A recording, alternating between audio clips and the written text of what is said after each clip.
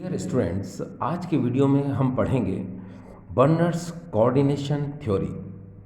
Burner का उप सहसंयोजकता सिद्धांत। देखिए, इसके लिए ट्रिक है यहाँ सामने, पियोन 3 नाइस कॉन्ड। पियोन 3 नाइस कॉन्ड, यानी कि हम इस ट्रिक की हेल्प से बर्नर कोऑर्डिनेशन थ्योरी को इजीली पढ़ेंगे। देखिए, यहाँ पर अगर मैं आपसे बोलूँ, देखिए पियोन 3 नाइस कॉन्ड, तो आप इसको ऐसे लिख सकते हो। देखो, पियोन 3 नाइस कॉन्ड, ठीक। अब यहाँ पर देखिए, यहाँ अगर आप ध्यान से देखें, पियोन 3 नाइस कॉन्ड आप लिख चुके हैं। अब एन के नीचे, एन के सामने यहाँ पर 3 लिखा है, इसका मतलब होता है कि आप एन को 3 बार लिख लो ऐसे। ये आपने लिख लिया। अब देखिए, अब बर्नर थ्योरी आपको इजीली याद हो जाएगी। कैसे? देखिए डियर स्टूडेंट्स, आप बहुत अच्छे से जानते हैं कि किसी भी कॉम्प्लेक्स कंपाउंड में दो तरह की वैलेंसी होती है, प्राइमरी वैलेंसी और सेकेंडरी वैलेंसी, ठीक है। तो सबसे पहले हम पढ़ेंगे प्राइमरी वैलेंसी। ये देखिए, यहाँ से शुरू करते हैं हम लोग। देखिए, प्राइमरी वैलेंसी को हम प्रिंसिपल वैलेंसी भी कहते हैं। ये आयोनाइजेबल होती है, ये आयोनाइजेबल होती है। ये मेटल के ऑक्सीडेशन नंबर को शो करती है। ये ओनली नेगेटिव आयन से सेटिस्फाइड होती है। ये नॉन डायरेक्शनल कैरेक्टर की होती है। अब ये नॉन डायरेक्शनल कैरेक्टर का मतलब होता है कि इसके थ्रू हम किसी भी कॉम्प्लेक्स की ना तो ज्योमेट्री बता सकते हैं, ना हाइब्रिडाइजेशन बता सकते हैं, ठीक डियर। एक बार फिर से देखिए, प्राइमरी वैलेंसी को हम प्रिंसिपल वैलेंसी भी बोलते हैं। ये आयोनाइजेबल होती है, ये देखिए यहाँ से यहाँ तक ये आयोनाइजेबल होती है। ये मेटल के ऑक्सीडेशन नंबर को शो करती है। ये ओनली नेगेटिव आयन से सेटिस्फाइड होती है और ये नॉन डायरेक्शनल कैरेक्टर की होती है, ठीक। आपको पता है कि प्राइमरी वैलेंसी को हम डॉटेड लाइन से शो करते हैं, ठीक है। वो मैं क्लियर करूंगा, अभी आप आगे देखिए। यहाँ पर अगर आप ध्यान से देखें, एस का मतलब ये सेकेंडरी वैलेंसी है, जिसको कि हम सॉलिड लाइन से शो करते हैं। तो जब सॉलिड लाइन से इसको शो करेंगे तो नेचुरल इसको किससे करेंगे डियर? डॉटेड लाइन से। क्लियर? यस। अब देखिए, ये नॉन आयोनाइजेबल होती है, नॉन आयोनाइजेबल होती है। ये किसी भी कॉम्प्लेक्स कंपाउंड में जो सेंट्रल मेटल आयन है उसके कोऑर्डिनेशन नंबर को बताती है। ये देखिए क्या करती है? कोऑर्डिनेशन नंबर को बताती है। आगे, ये डायरेक्शनल कैरेक्टर की होती है। डायरेक्शनल कैरेक्टर की वजह से ही हम किसी भी कॉम्प्लेक्स कंपाउंड की ज्योमेट्री यानी कि उसका हाइब्रिडेशन बता सकते हैं, ठीक डियर स्टूडेंट्स। तो आपको देखिए, ये पूरा का पूरा जो है बर्नर्स कोऑर्डिनेशन थ्योरी इस ट्रिक से आपको क्लियर हो गया। एक बार फिर से हम ट्राई करते हैं। देखिए, प्राइमरी वैलेंसी को हम प्रिंसिपल वैलेंसी भी बोलते हैं। ये आयोनाइजेबल होती है। ये किसी भी कॉम्प्लेक्स कंपाउंड में मेटल के ऑक्सीडेशन नंबर को शो करती है। ये ओनली नेगेटिव आयन से सेटिस्फाइड होती है, ठीक है। और ये नॉन डायरेक्शनल कैरेक्टर की होती है। अब देखिए सेकेंडरी वैलेंसी, सेकेंडरी वैलेंसी को हम सॉलिड लाइन से शो करते हैं, तो नेचुरली प्राइमरी वैलेंसी को हम डॉटेड लाइन से शो करेंगे। क्लियर? आगे देखिए, ये नॉन आयोनाइजेबल होती है डियर, याद रखिएगा, ये नॉन आयोनाइजेबल होती है। आगे देखिए, ये किसी भी कॉम्प्लेक्स कंपाउंड में सेंट्रल मेटल आयन के कोऑर्डिनेशन नंबर को बताती है। किसको? कोऑर्डिनेशन नंबर को बताती है। और एक इंपॉर्टेंट बात, ये नेगेटिव एंड न्यूट्रल आयन किसी से भी सेटिस्फाइड हो जाती है। याद रखिए, न्यूट्रल एंड नेगेटिव आयन किसी से भी सेटिस्फाइड हो जाती है। और एक और बात, ये डायरेक्शनल कैरेक्टर की होती है। डायरेक्शनल कैरेक्टर की वजह से ही हम किसी भी कॉम्प्लेक्स कंपाउंड की ज्योमेट्री और हाइब्रिडेशन को बताते हैं। तो डियर क्लियर हो गया ये, ठीक है। अब आपको पता चल गया कि हमने देखिए इसको यूज़ कर लिया। अब देखिए, हिंदी में अगर मैं बोलूँ तो हिंदी में क्या है कि देखिए, इंग्लिश के जो टर्म्स रहते हैं डियर, वो याद करना बहुत ज़रूरी है, क्योंकि हमारी जो ट्रिक्स होती है वो इंग्लिश में ही होती है। अगर आपकी इंग्लिश थोड़ी ठीक है तो you can understand very well, आप बहुत आसानी तरीके से समझ सकते हैं। फिर भी मैं ट्राई करता हूँ। देखिए, प्राइमरी वैलेंसी यानी प्राथमिक संयोजकता को हम प्रिंसिपल वैलेंसी कहते हैं, यानी कि मुख्य संयोजकता भी कहते हैं। ये आयोनाइजेबल, ये आयनीकृत होती है। ये मेटल के ऑक्सीडेशन नंबर, ये केंद्रीय धातु आयन की ऑक्सीकरण संख्या को बताती है। ये नेगेटिव आयन से सेटिस्फाइड होती है। ये ऋण आवेशित आयन से ही संतुष्ट होती है। आगे, ये नॉन डायरेक्शनल कैरेक्टर की होती है, ये दिशात्मक प्रकृति की नहीं होती है। आगे सेकेंडरी वैलेंसी यानी कि द्वितीय संयोजकता, इसको हम सॉलिड लाइन यानी कि ठोस रेखा से दर्शाते हैं। ठीक है, आगे देखो, ये मेटल के कोऑर्डिनेशन नंबर यानी कि धातु की समन्वय संख्या दर्शाती है। आगे ये नॉन आयोनाइजेबल, ये अनायनित होती है। आगे ये नेगेटिव एंड न्यूट्रल आयन से सेटिस्फाइड होती है, ये उदासीन और ऋणावेशित आयन से संतुष्ट होती है। नेक्स्ट पॉइंट, ये डायरेक्शनल कैरेक्टर की होती है, ये दिशात्मक प्रकृति की होती है। और डियर यही वजह है क्या कि इसका संकरण और इसकी ज्यामिति होती है, यानी कि सेकेंडरी वैलेंसी के द्वारा, द्वितीय संयोजकता के द्वारा हम किसी भी कॉम्प्लेक्स कंपाउंड की ज्योमेट्री यानी कि ज्यामिति और उसके हाइब्रिडेशन को बता सकते हैं। ठीक है, तो डियर ये क्लियर हो गया आपको यहाँ से। तो ट्रिक बहुत इंपॉर्टेंट है, देखिए इजी तरीके से आपको समझ में आ गया। अब अगर ये ट्रिक भी नहीं भी आती है तो भी हम इसको आपको बिना ट्रिक के भी समझा सकते हैं। देखिए डियर कैसे, हम जानते हैं बर्नर कोऑर्डिनेशन थ्योरी के अकॉर्डिंग, यानी कि बर्नर का उपसंयोजकता सिद्धांत के अकॉर्डिंग, जो कॉम्प्लेक्स कंपाउंड होते हैं इनमें दो तरह की वैलेंसी होती है, primary valency, secondary valency. Primary valency को हम डॉटेड लाइन से डिनोट करते हैं और सेकेंडरी वैलेंसी को हम सॉलिड लाइन से शो करते हैं। ठीक है, बाकी पॉइंट तो मैंने आपको बता दिए थे, है ना। अब जैसे इसमें करना क्या है, जैसे आप कोई एग्जाम्पल ले लीजिए, जैसे मैं आपके लिए यहाँ पर एग्जाम्पल लेता हूँ डियर, ये देखिए CONH3 का होल 6 और यहाँ पर मैं बाहर लिख देता हूँ Cl3। अब डियर आपको पता है ये एक कोई कॉम्प्लेक्स है यानी कि संकुल है। इसमें अगर आप ध्यान से देखें तो इस मेटल का जो कोऑर्डिनेशन नंबर है वो 6 है, यानी कि इसकी समन्वय संख्या कितनी है 6, और इसका ऑक्सीडेशन नंबर आप निकालो तो कितना निकलेगा डियर 3, यानी इसकी ऑक्सीकरण संख्या कितनी निकलेगी 3। ठीक है, तो चलो पहले हम आपके लिए इसकी सेकेंडरी वैलेंसी को बताते हैं कैसे करते हैं। तो पहले आप क्या करेंगे, आप यहाँ पर CO लिख दो, लिख दिया। अब आपको पता है सेकेंडरी वैलेंसी को हम सॉलिड लाइन से शो करते हैं, ठोस रेखा से दर्शाते हैं। आपको पता है यहाँ कोऑर्डिनेशन नंबर 6 है तो सॉलिड लाइन भी कितनी होंगी 6 होंगी, तो आप ऐसे कर दीजिए 1 2 3 4 5 6, ये आपने 6 कर दिया। और हर जगह NH3 लिख दो, ये देखिए NH3, ये देखिए NH3, अगेन देखिए NH3, यहाँ पर फिर से देखिए यहाँ पर NH3 और यहाँ से NH3। तो आपको क्लियर हो गया कि इसकी जो सेकेंडरी वैलेंसी है ना, वो कितनी है 6, क्योंकि कोऑर्डिनेशन नंबर जो होता है यानी समन्वय संख्या जो होती है उसको हम सेकेंडरी वैलेंसी से शो करते हैं, जो कि सॉलिड लाइन है। देखिए 1 2 3 4 5 6, तो ये सेकेंडरी वैलेंसी कितनी हो गई इसकी 6, और तो कोऑर्डिनेशन नंबर भी कितना हो गया डियर इसका 6, तो ये क्लियर हो गया। अब दूसरा देखिए, इसका ऑक्सीडेशन नंबर आप निकालेंगे तो कितना निकलेगा डियर 3 निकलेगा। तो उसके लिए आप क्या करेंगे, देखिए आप क्या करेंगे, फिर से आप CO लिखेंगे। ये देखिए आपको पता है ऑक्सीडेशन नंबर इसका कितना है 3, यानी प्राइमरी वैलेंसी ऑक्सीडेशन नंबर को बताती है, प्राथमिक संयोजकता ऑक्सीकरण संख्या को बताती है। तो इसकी ऑक्सीडेशन नंबर ऑक्सीकरण संख्या कितनी 3 है, तो डियर डॉटेड लाइन 3 कर दीजिए आप, एक Cl आप ऐसे कर दीजिए, एक Cl आप ऐसे कर दीजिए, एक Cl आप ऐसे कर दीजिए। लो क्लियर। तो देखो कितना इजी है, आप जितना शॉर्ट में चाहे उतना शॉर्ट में बोल सकते हैं। कैसे, देखिए किसी भी कॉम्प्लेक्स कंपाउंड में दो तरह की वैलेंसी होती है, primary valency, secondary valency. Primary valency को हम डॉटेड लाइन से शो करते हैं, सेकेंडरी वैलेंसी को हम सॉलिड लाइन से शो करते हैं। प्राइमरी वैलेंसी किसी भी कॉम्प्लेक्स कंपाउंड में जो सेंट्रल मेटल आयन है उसके ऑक्सीडेशन नंबर को बताती है, ये देखिए। और जो सेकेंडरी वैलेंसी होती है वो उस कॉम्प्लेक्स कंपाउंड में मेटल के कोऑर्डिनेशन नंबर को बताती है, ये देखिए।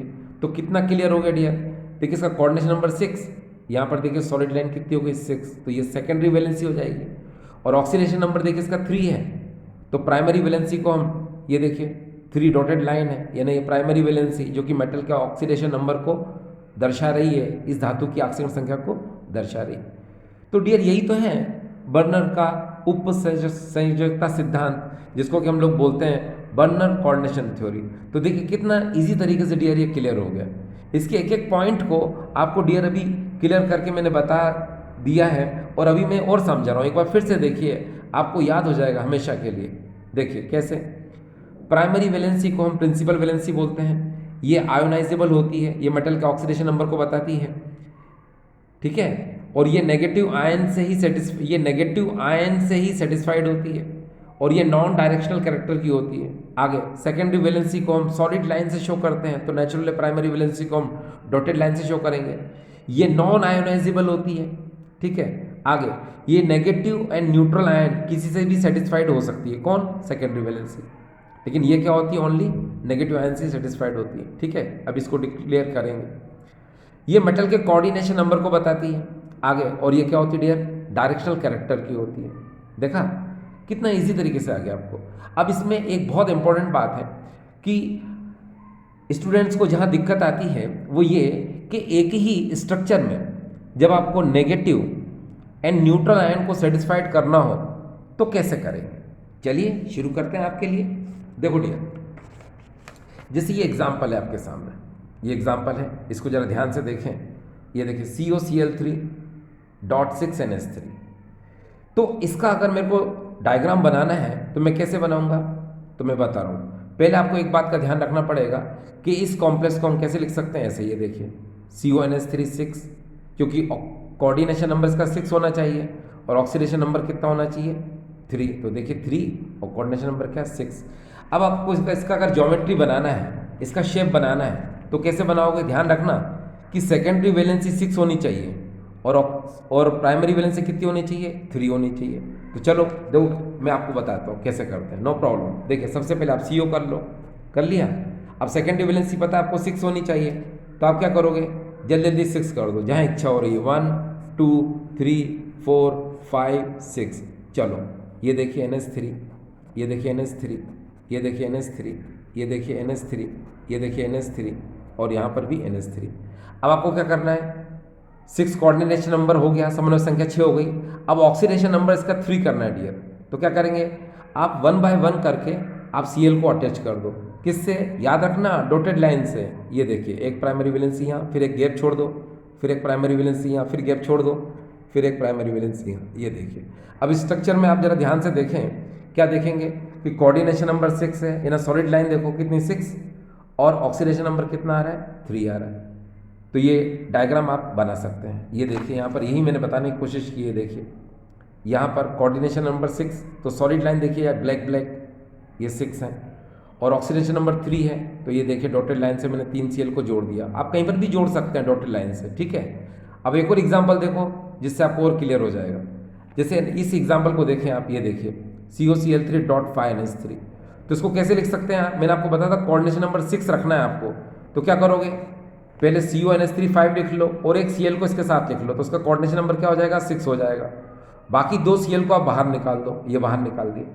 अब आपको इसका शेप बनाना है, तो क्या करना है आपको कि ये 5NH3 और एक Cl को आपको सेकेंडरी वैलेंसी से जोड़ना है, यानी कि सॉलिड लाइन से। और ये जो 2 Cl हैं इसको क्या करना है आपको डॉटेड से जोड़ना है। तो चलो देखो जरा कैसे, ध्यान से देखना है। ये स्ट्रक्चर देखिए, एक NH3, दूसरा NH3, 3 4 5 को जोड़ दिया मैंने, फिर एक Cl को मैंने सॉलिड लाइन से जोड़ दिया। कौन से वाले को, जो अंदर था, ये जो अंदर था इसको मैंने सॉलिड लाइन से जोड़ दिया। फिर बाहर जो ये 2 Cl थे इसको मैंने एक डॉटेड से यहाँ जोड़ दिया, एक डॉटेड से यहाँ जोड़ दिया। तो अगर मैं ऐसा करूँगा तो क्या होगा कि इसकी ऑक्सीडेशन नंबर आपको इसको देखोगे 2 ही नज़र आएगी, और कोऑर्डिनेशन नंबर जरूर 6 नज़र आएगा। तो मैं क्या करूँगा, इस Cl को सॉलिड लाइन से तो मैंने जोड़ ही दिया था, अब मैं इसको डॉटेड लाइन से और कनेक्ट कर दूंगा। तो क्या हो जाएगा, हो ये जाएगा कि अब इसका कोऑर्डिनेशन नंबर जरा ध्यान से देखो, 1 2 3 4 5 6। ऑक्सीजन नंबर देखो कितना, 3, ये 3 देख लीजिए, coordination number 6, oxygen number 3। Clear हो गया। तो इसीलिए Cl को आपको सॉलिड लाइन से भी जोड़ना पड़ेगा और डॉटेड से भी जोड़ना पड़ेगा, ठीक है। तो इस तरह से क्लियर हो गया। क्या क्लियर हो गया कि जो सेकेंडरी वैलेंसी होती है वो नेगेटिव आयन से भी सेटिस्फाइड हो रही है और न्यूट्रल आयन से भी सेटिस्फाइड हो रही है, ठीक है। मगर प्राइमरी वैलेंसी हमेशा किससे होती है, नेगेटिव आयन से सेटिस्फाइड होती है। ये देखिए नेगेटिव नेगेटिव नेगेटिव, ठीक। चलिए हम आगे चलते हैं। इस एग्जाम्पल को देख लो तो और क्लियर हो जाएगा डियर। कैसे, ये COCl3.4NH3 है, आप इसको कैसे लिख सकते हैं, CONH3 का 4 लिख लो और अंदर 2 Cl ले जाओ। क्यों? कोऑर्डिनेशन नंबर आपको कितना रखना है डियर? 6 रखना है इसलिए। और एक Cl को आप बाहर ले जाओ, वो आपने बाहर कर दिया। अब क्या होगा? अब ये कि 4NH3 को आपको सॉलिड लाइन से जोड़ना है और 2 Cl को भी सॉलिड लाइन से जोड़ना है, ठीक है, और एक Cl को आपको डॉटेड लाइन से जोड़ना है। तो चलिए हम फटाफट क्या करेंगे, 1 2 3 4 5 6 हम बना देंगे। बना दिया। अब देखो 4NH3 थे, हमने 4NH3 1 2 3 4 जोड़ दिए। साथ में 2 Cl थे, हमने 2 Cl को भी सॉलिड लाइन से जोड़ दिया। मगर इसका ऑक्सीडेशन नंबर आप निकालोगे तो कितना निकलेगा? 3, क्योंकि ये वाले Cl को तो आपने डॉटेड लाइन से जोड़ दिया, ठीक है, लेकिन जो अंदर जो Cl थे उनको आपने सिर्फ और सिर्फ अभी सॉलिड लाइन से जोड़ा है। तो ऑक्सीडेशन नंबर 3 करने के लिए आपको क्या करना पड़ेगा कि इन 2 Cl को आपको डॉटेड लाइन से भी जोड़ना पड़ेगा, तभी तो क्या होगा, ऑक्सीडेशन नंबर क्या आएगा डियर? देखिए 1 2 3, ये 3, और कोऑर्डिनेशन नंबर क्या आएगा डियर? इसका 6। तो स्टूडेंट्स को ये प्रॉब्लम बहुत ज़्यादा आती है, इसीलिए इसको मैंने क्लीन करने की कोशिश की, क्लियर करने की कोशिश की कि आपको प्रॉब्लम ना आए। ठीक डियर स्टूडेंट्स, तो देखिए ये प्रॉब्लम आपकी क्या हो गई, अब सॉल्व हो चुकी है ना। चलिए अब देखिए हम आपके लिए आगे लेकर चलते हैं। क्या होता है कि अगर हम एनसीईआरटी को देखें या कोई अदर बुक को देखें तो बर्नर कोऑर्डिनेशन थ्योरी यहाँ तक खत्म नहीं होती है, इसके आगे भी आपने देखा होगा कि टेबल होती है जिसको बनाने में स्टूडेंट को बहुत प्रॉब्लम होती है। देखिए वो टेबल आपके सामने ये है। इसमें करना क्या होता है, फार्मूला ऑफ कंपाउंड यानी कि यौगिक का सूत्र, कॉमन नेम साधारण नाम, कलर यानी कि रंग, कोऑर्डिनेशन स्फीयर उपसर्जयी मंडल, और आयोनाइजेशन स्फीयर यानी आयनन मंडल, ये हमको लिखना पड़ता है। तो आपको परेशान नहीं होना है। देखिए मैं आपकी मदद करूंगा, अभी आपको सब आ जाएगा। पहले आप क्या करेंगे, COCl3 6NH3 कर लो, कर लिया। फिर इसमें से एक NH3 कम कर लो, कर लिया। फिर इसमें से एक और NH3 कम कर लो, कर लिया। फिर उसके बाद में जो 5, फिर जो यहाँ पर 6NH3 था उसमें से एक NH3 कम करके वहाँ H2 जोड़ दो, तो ये देखो पूरे स्ट्रक्चर आ गए। ठीक है, अब रही बात इसके नाम की, तो नाम को मैं आपको याद करा देता हूँ। इसकी ट्रिक आप दिमाग में रखिए, इसकी ट्रिक मैं आपके लिए लिख देता हूँ। ये देखिए ट्रिक है इसकी, RGPY की लूट पर, है ना, ये देखो क्या लिखा है, RGPY की लूट पर, ये पर प्रा रो, ये देखिए बस इतनी ट्रिक याद रखो। क्या है ये, RGPY की लूट पर प्रा रो। तो यहां पर जब आप लिखेंगे तो कैसे लिखेंगे, आप RGPY को छोड़ देना थोड़ी देर के लिए, पहले यहां से चलते हैं। देखो इसका नाम है लूटियो, इसका नाम है परप्यूरियो, इसका नाम है प्रेजियो, और इसका नाम है रोजियो। ठीक है डियर, अब देखना ये सारे के सारे आपको नाम याद हो जाएंगे। लूटियो, ये लूटियो, परप्यूरियो परप्यूरियो, प्रेजियो, ये देखिए प्रेजियो। ठीक है, आगे देखिए रोजियो, ये देखिए रोजियो। ठीक है, तो इन सब में करना है क्या, आपको कोबाल्टिक क्लोराइड लगाना है। ये देखिए कोबाल्टिक क्लोराइड आपको लगाना है, ये देखिए यहाँ से क्लियर हो जाए, कोबाल्टिक क्लोराइड इसमें आपको लगाना है। तो देखिए एक बार फिर से देखिए, आप यहाँ से लिखेंगे लूट, है ना, तो इसका मतलब होता है लूटियो कोबाल्टिक क्लोराइड। फिर देखिए परप्यूरियो कोबाल्टिक क्लोराइड, फिर देखिए प्राइजियो कोबाल्टिक क्लोराइड, फिर देखिए RO यानी रोजियो, ये देखिए रोजियो कोबाल्टिक क्लोराइड। तो आपको देखो सबके नाम याद हो गए। अब इनके कलर की बात करते हैं। तो कलर ये जो लिखा है RGPY, तो कलर आप है ना नीचे से लिखना। नीचे से कैसे, मैं बता रहा हूँ, देखो इसका मतलब होता है रेड, ग्रीन, पर्पल और येलो। तो आप कैसे लिखेंगे, नीचे से, ये देखिए रेड, ग्रीन, पर्पल और येलो। तो आपको पूरा याद हो गया। देखिए लूट पर प्रारो RGPY, तो इसको सेटिंग कैसे की मैंने, RGPY की लूट पर प्रारो, RGPY की लूट पर प्रारो। तो आपको समझ में आ गया ना किस तरह से एडजस्ट करना है। अब देखिए इसका नेक्स्ट पॉइंट कि ये आपको अगर एडजस्ट करना है तो कैसे करेंगे, मैं बताता हूं आपको। आप याद रखना कि कोऑर्डिनेशन नंबर आपको 6 रखना है। तो क्या करोगे, अभी तो यहाँ पर 6 है, कोई प्रॉब्लम नहीं है, तो पहले CO लिख लो, NH3 6 है, लिख लो, लिख लिया। अब अपना कोऑर्डिनेशन नंबर पूरा हो गया 6। अब कितना बचा, 3Cl बचा है, तो उसको बाहर लिख लो, 3Cl नेगेटिव। तो 3 नेगेटिव का इसका उल्टा 3 पॉजिटिव आप यहाँ लगा लो, तो देखो दोनों ये हो गया। एक बार फिर से देखना, COCl3 5NH3 है, अपन को 6 करना है, तो 5 तो NH3 लेंगे और एक इसमें से Cl ले लेना आप, तो कितने 6 हो जाएंगे। तो ये देखिए हो गया। अब कितने बचे, 2 Cl बचे, तो 2 Cl नेगेटिव कर दो, तो 2 नेगेटिव का उल्टा 2 पॉजिटिव यहाँ कर दो, तो ये क्लियर हो जाएगा।